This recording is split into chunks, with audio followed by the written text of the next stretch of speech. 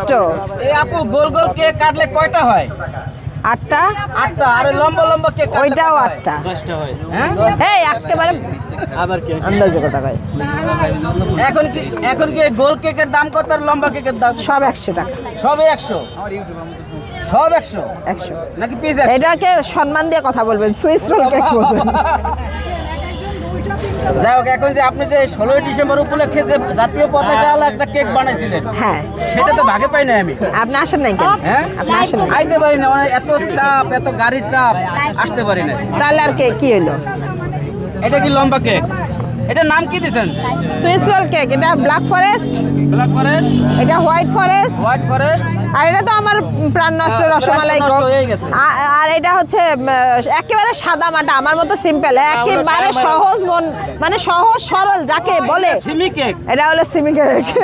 এটা সিমি কেক। আপা এটার নাম হলো খায়া মেরালা।